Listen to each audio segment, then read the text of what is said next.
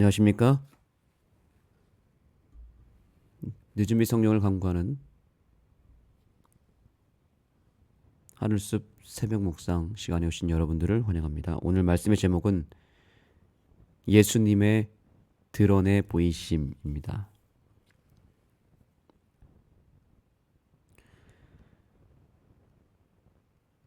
예수님께서 이제 여인과의 대화를 통해서 가장 핵심이 되는 본질을 이야기하십니다. 자신의 메시아 되심을 밝히시고 그 증거로서 그녀의 삶에 깊숙이 숨어 있는 죄를 드러내십니다.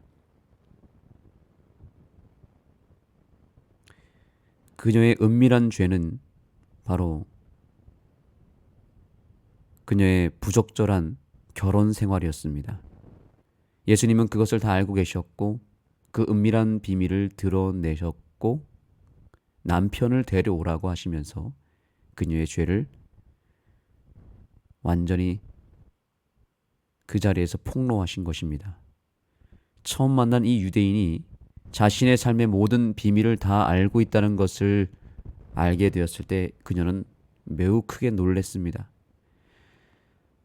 사실 이쯤 되면 예수님 앞에 엎드려서 회개하거나 혹은 그분 앞에 전적으로 굴복해야 할 텐데 이 여인은 이 상황을 피하고 싶었고 화제를 다른 곳으로 돌렸습니다. 예수님을 향해 선지자라고 인정하며 뭔가 당황한 내색을 감추면서 또다시 다른 주제를 이야기합니다. 바로 예배에 대한 당시의 논쟁거리를 주제로 화제를 돌리면서 질문을 던졌습니다. 예배의 의미가 무엇인지 또 자신의 그 죄를 감추기 위해서 또 다른 주제를 가져오게 된 것입니다. 예배에 대한 참된 의미를 물어본 것이죠. 예수님께서는 거기서 그녀의 그 질문에 대한 해답을 주십니다. 이것을 다른 말로 하면 우문현답이라고 할 수 있겠죠. 다른 주제로 화제를 돌렸지만 예수님은 그것마저도 지혜롭게 대답을 하셨습니다. 세심하게 예배에 대한 참된 의미를 설명하시면서 오히려 그것을 통해서 또 다른 더 큰 진리를 그녀에게 증거하십니다. 우선 예배에 대한 참된 의미가 무엇인지를 이제 예수님께서는 이렇게 말씀하셨습니다. 지정된 장소에서만 참 하나님을 경배할 수 있는 것은 아니다. 그러므로 어디에서 예배를 드려야 하는가는 중요한 문제가 아니다. 하나님은 영이심으로 그분을 예배하는 사람은 신령과 진정으로 예배해야 한다. 여인은 예수님이 주신 분명한 진리를 받아들였고 더 많은 것을 받을 준비가 되었다. 하나님은 영이심으로 특정한 장소에만 임하시는 분이 아니라 하나님께 신령과 진정으로 예배하는 모든 장소와 모든 시간 속에 임하신다는 이 놀라운 메시지는 그녀에게 큰 감동을 주었습니다. 유대인이나 사마리아인이나 당시에 어떤 사상이 있었냐면 자신들이 세운 성전에만 하나님이 임하시고 다른 곳에서는 하나님을 만날 수 없다라고 하는 선민 사상으로 꽉 차 있었습니다. 그것은 매우 큰 교만이었죠.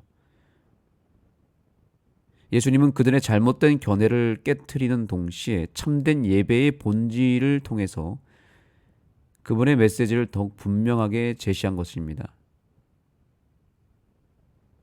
여인은 여전히 이 본질을 찾지 못하는 듯 보였습니다. 예수님은 계속해서 본질을 이야기하시고 여인은 비본질을 이야기한 것이죠. 자, 여기 보시면 다시 보겠습니다. 말씀을 보겠습니다. 가서 남편을 불러오라 했을 때에 나는 남편이 없습니다. 이렇게 잡아뗍니다. 그랬더니 예수님이 내가 남편이 없다 하는 말이 옳도다. 너에게 남편이 5이 있었고 지금 있는 자도 내 남편이 아니니 내 말이 참되도다. 자, 이렇게 이야기했으면 이게 본질이잖아요. 죄의 본질을 이야기한 거면 회개를 하든지 뭔가 이 부분에 대한 또 다른 답을 해야 되는데 갑자기 이 여자가 주여 내가 보니 선지자로소이다. 갑자기 선지자입니다 라고 인정합니다. 그러더니 예배에 대한 얘기를 한 거잖아요. 우리 조상들은 이 산에서 예배하였는데 당신들의 말은 예배할 곳이 예루살렘에 있다 하더이다. 그 당시에 예배에 대한 논쟁을 이야기합니다. 뜬금없는 이야기죠. 예수님은 지금 그녀의 죄를 말하고 있는데 갑자기 이 이야기를 예배로 돌린 것입니다. 이야기의 주제를 예배로 돌렸죠. 그래서 예수님께서 뭐라고 말씀하십니까? 여자여 내 말을 믿으라. 이 산에서도 말고 예루살렘에서도 말고 너희가 아버지께 예배할 때가 이르리라. 너희는 알지 못하는 것을 예배하고 우리는 아는 것을 예배하노니 이는 구원이 유대인에게서 남이라. 아버지께 참되게 예배하는 자는 영과 진리로 예배할 때가 오나니 곧 이때라. 아버지께서는 자기에게 이렇게 예배하는 자를 찾으시니라. 하나님은 영이시니 예배하는 자가 영과 진리로 예배할지니라. 본질을 이야기하십니다.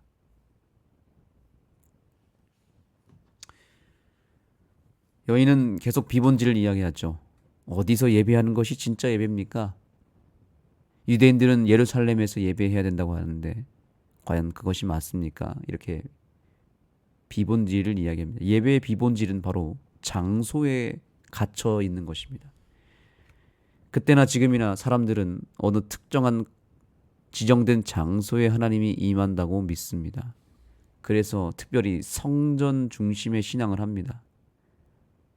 성전에서 예배를 볼 때에 그곳에 물론 하나님이 임하시긴 하지만 그곳에만 임하는 것은 아닙니다. 그런데 우리는 그때 사람들과 똑같이 성전에 뭔가 큰 의미를 부여합니다. 그래서 성전은 거룩하기 때문에 교회는 그래서 거룩한 장소이기 때문에 이곳에 하나님이 임하시는 곳이기 때문에 그것을 거룩하게 여기는 것은 나쁜 일은 아니지만 거기에 갇혀 있는 것 또한 문제가 되는 것이죠. 예수님 바로 그것을 지적한 것입니다. 예수님이 말씀하시는 본질은 그렇게 장소에 갇혀 있지 말라고 이야기하는 거죠. 아버지께 참으로 신령과 진정으로 예배하는 자, 영과 진리로 예배할 때 그때에 예수님은 그들을 만날 것이고 바로 그렇게 참으로 영과 진리로 예배하는 자를 찾으신다라고 말씀하고 계십니다. 하나님은 영이시기 때문에 어디서나 함께 하실 수 있는 것입니다.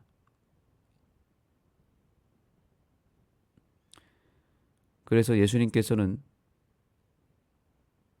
이렇게 그녀가 예배에 대한 비본질적 이야기를 던졌을 때 예수님은 그 예배에 대한 본질을 이야기하심으로 그녀의 벗어난 그 시선의 방향을 올바른 방향으로 이끌어 가셨습니다.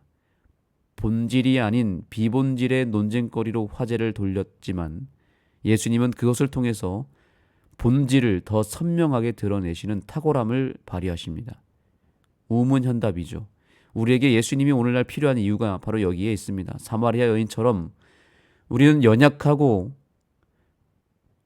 우리의 시선은 자꾸 비본질로 향하고 진리를 향해 나아가지 못하고 오히려 혼란 속에 있을 때에 주님은 우리에게 꼭 필요한 메시지를 주시고 핵심을 찌르는 예리한 통찰력을 발휘하신다는 사실입니다.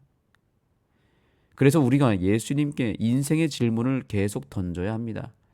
우리가 그것이 조금은 예수님 기준으로 봤을 때 비본질적 질문이라 할지라도, 조금은 저차원적인 질문이라 할지라도, 너무나 어린아이와 같은 질문이라 할지라도 우리는 자꾸 예수님에게 질문을 던져야 됩니다. 예수님에게 물어봐야 됩니다. 이 여인이 조금은 철없어 보이고 조금은 예수님과 대화 속에서 본질을 찾지 못하고 핀트를 놓친다 하더라도, 즉 말귀를 잘 알아듣지 못하고 화제를 돌리고 또 회피한다 할지라도 그녀가 대단했던 이유는 예수님에게 질문을 던졌다는 사실입니다. 예수님과의 대화를 끊임없이 이끌어 갔다는 것입니다. 이것이 정말 정말 중요합니다.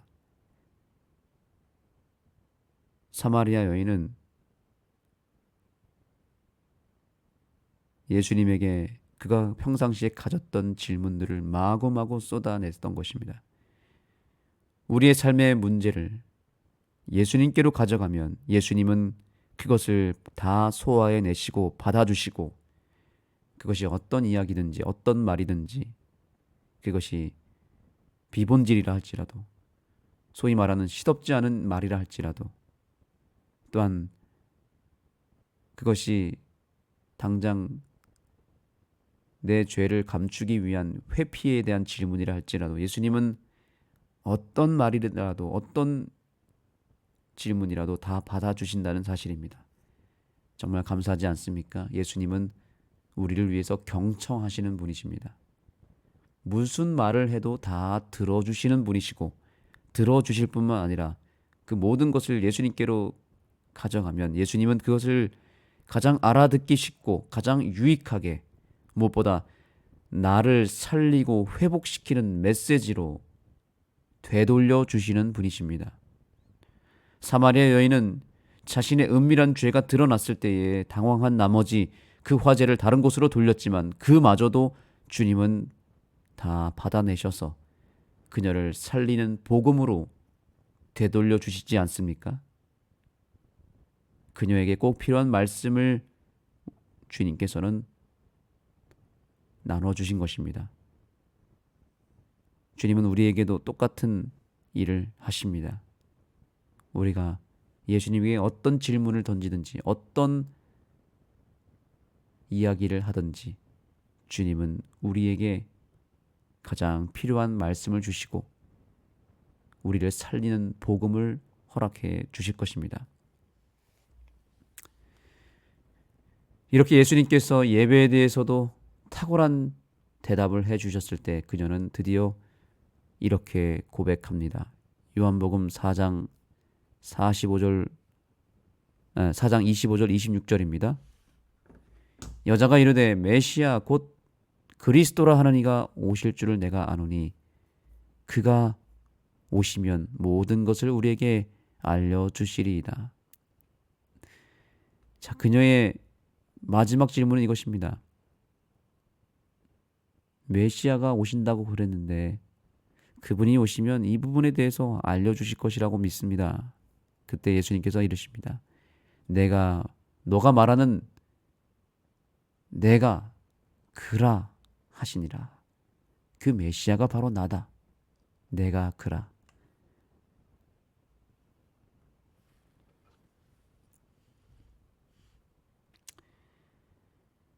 여인이 드디어 메시아 예수 그리스도를 만나는 순간입니다. 그녀가 예수님에게 던진 모든 질문을 다 받아내시고 놀라운 복음으로 그 질문에 대한 답이 돌아오자 그녀는 그분의 말씀을 통해서 예수가 메시아임을 드디어 확신하게 된 것입니다. 그렇습니다. 우리가 예수님과 다양한 방법으로 소통하고 대화를 나누다 보면 그분에게서 답을 찾을 수 있습니다.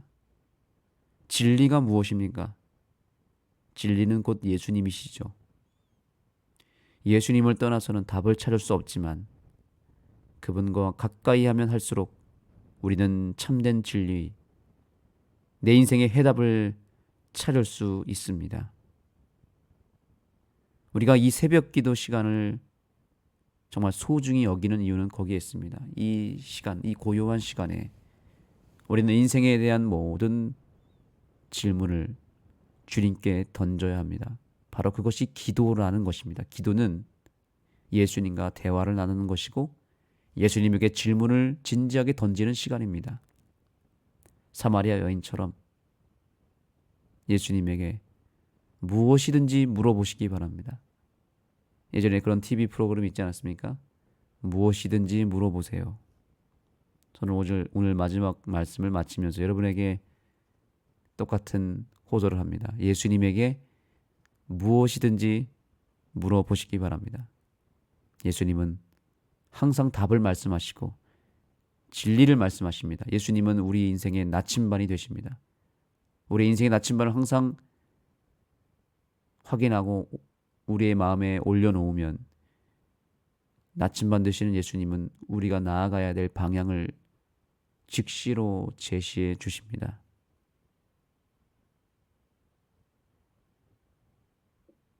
예수 그리스도께서 예수님에게서 우리가 결코 벗어난 인생을 살지만 않는다면 우리는 항상 그분 안에서 놀라운 섭리와 그분의 형통케 하심과 그분의 선한 능력을 누리며 살 수 있습니다. 예수님 오늘도 우리의 기도하는 그 자리에 함께해 주시고 오늘 이 예배 신령과 진정으로 예배하는 우리들을 기뻐 받아주실 것입니다. 기도하시겠습니다. 하나님 감사합니다. 우리에게 인생의 답이 되어주시고 우리 인생의 해결자가 되어주셔서 감사합니다.